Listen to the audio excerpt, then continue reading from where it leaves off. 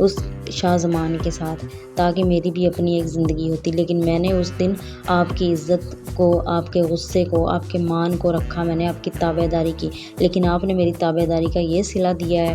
مجھے بہت دکھ ہوا ہے آپ کی اس چیز سے کہ آپ نے جس زمین کے بارے میں نے بات کی تھی وہ آپ نے سمیر کے نام پہ کر دی ہے، اور اب آپ مجھ سے بات بھی نہیں کرنا چاہ رہے ہو۔ اس کے بعد وہ کہتی ہے کہ میں بس ختم کرتی ہوں سارا کچھ، اور میں ہاتھ جوڑتی ہوں، معافی مانگتی ہوں، اور وہ ہاتھ جوڑ کر معافی مانگتی ہے اور پھر وہ چلی جاتی ہے۔ لیکن آغا صاحب وہ تو منہ میں نسوار لے کر بیٹھے ہوئے ہیں، وہ تو ایک لفظ بھی نہیں پھوٹے ہیں منہ سے، اور انہوں نے اپنی بیٹی کو روکا بھی نہیں اور نہ ہی کچھ کہا۔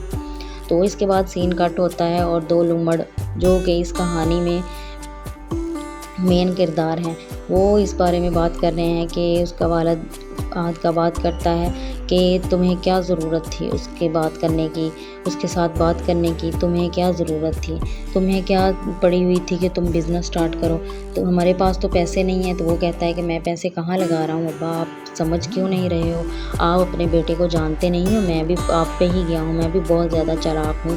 تو اس کا باپ کہتا ہے ہاں تم نے صرف اور صرف اپنے نام پہ ہی بزنس کو کروانا ہے، کسی اور کے نام پہ نہیں، اور ہاں اگر وہ شیر 100 روپیہ لگائے گا تو تم نے 5 روپیہ لگانا ہے۔ تو وہ کہتا ہے ہاں ابا، میں بھی بڑا سمجھدار ہوں، میں ایسے ہی کروں گا، آپ کی ہر بات کو مانوں گا۔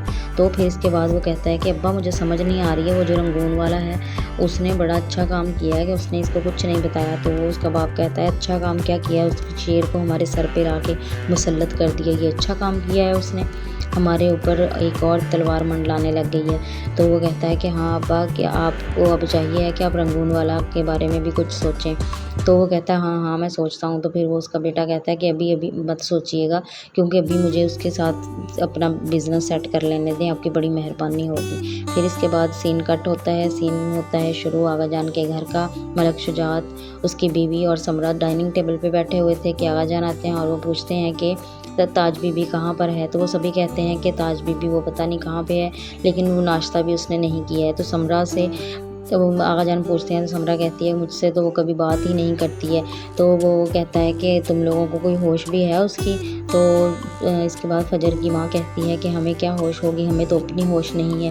تو اس کے بعد وہ کہتا ہے کہ میں تم لوگوں سے نہیں، میں اس سے اپنے بیٹے سے پوچھ رہا ہوں، جس کو اپنی بہن کی کوئی پڑی ہی نہیں ہوئی ہے۔ ابھی میں زندہ ہوں تو یہ حال ہے، جب میں مر جاؤں گا تو کیا کریں گے تم لوگ؟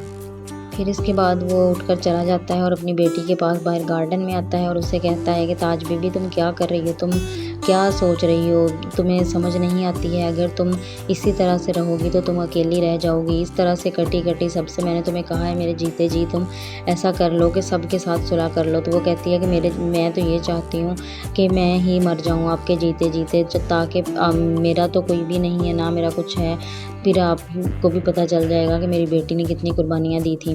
تو پھر وہ کہتا ہے کہ تم ہر ٹائم جلی کٹی باتیں کرتی ہو، تو بہتر ہے کہ تم اپنے بھائیوں سے، اپنے بھتیجوں سے مل جل کر بیٹھو، ان کے ساتھ دکھ بانٹو، ہر خوشی ان کے ساتھ شیئر کرو، لیکن تم تو ایسا کچھ بھی نہیں کر سکتی ہو، نہ تم ایسا کرتی ہو۔ میں نہیں چاہتا ہوں کہ تم اپنی زندگی ایسے ہی رول کھل کر گزار دو، میں چاہتا ہوں کہ تم سب کے ساتھ پیار محبت سے رہو، اور یہ تمہارا گھر بھی ہے، لیکن میرے مرنے کے بعد میں نہیں چاہتا ہوں کہ کوئی بھی تمہیں اس گھر سے بے دخل کرے، لیکن جو وارث ہے وہ بھی وارث ہوتا ہے، جیسے سمیر میرا وارث ہے، لیکن میں نہیں چاہتا ہوں کہ بعد میں تمہیں کوئی بھی اس طرح کی دقت کا سامنا کرنا پڑے، اور تمہیں چاہیے ہے کہ تم سمیر کے ساتھ اچھے سے رہو، وہ بھی جوان خون ہے، تمہیں اس کے ساتھ عزت سے رہنا چاہیے ہے، تاکہ وہ بھی تمہیں کچھ نہ کہے اور تم بھی اس کے ساتھ ٹھیک سے رہو۔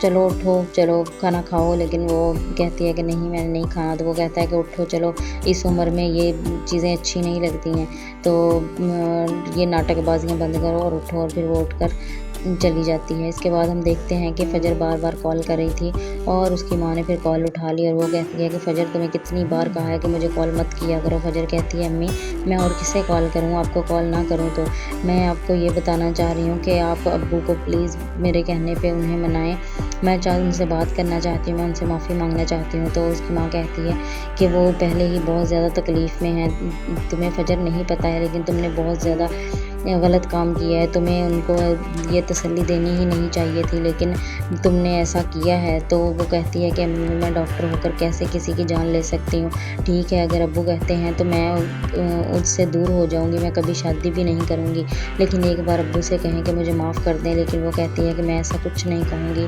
اور اب بیٹیاں ہونا بدقسمتی کی بات نہیں ہوتی ہے، لیکن ان کے نصیب خراب ہونا یہ بدقسمتی کی بات ہوتی ہے، اور تمہارا نصیب ہی خراب ہے، اور تم اب دوبارہ مجھے یہاں پر فون مت کرنا، تمہارے ابو نے اگر مجھے دیکھ لیا تم سے بات کرتے ہوئے تو بہت بڑا ڈرامہ ہو جائے گا۔ تو اس کے بعد وہ کہتی ہے کہ تمہارے ابو آ رہے ہیں، ٹھیک ہے میں فون بند کر رہی ہوں اور اب مجھے فون مت کرنا، اور وہ فون بند کر دیتی ہیں اور فجر رونے لگ جاتی ہے۔ اس کے بعد ہم دیکھتے ہیں کہ شیر اپنے آفس آتا ہے، اور پھر اس کے ساتھ ہی رازدان آتا ہے اور ملکوں کے کسی وکیل کو لے کر آتا ہے، اور وہ کہتا ہے کہ یہ ملکوں کے گھر سے آئے ہیں۔ تو وہ کہتا ہے کہ ہاں جی کیا بات ہے، کیا کہنا تھا؟ تو وہ کہتا ہے کہ یہ آپ کی فائل ہے جو آپ نے ادھر ملک لوگوں کو دی تھی۔ تو وہ کہتا ہے کہ یہ آپ اپنی فائل رکھیں۔ تو آغا جان نے کہا ہے کہ یہ کاکا صاحب کہہ رہے ہیں کہ یہ جو اپنی چیزیں ہوتی ہیں وہ جتنی جلدی ہو سکے وقت پر واپس لوٹا دینی چاہیے۔ تو انہوں نے کہا ہے کہ ان کو یہ اس چیز کی زمین کے ٹکڑے کی ضرورت نہیں ہے، یہ آپ اپنے پاس رکھیں۔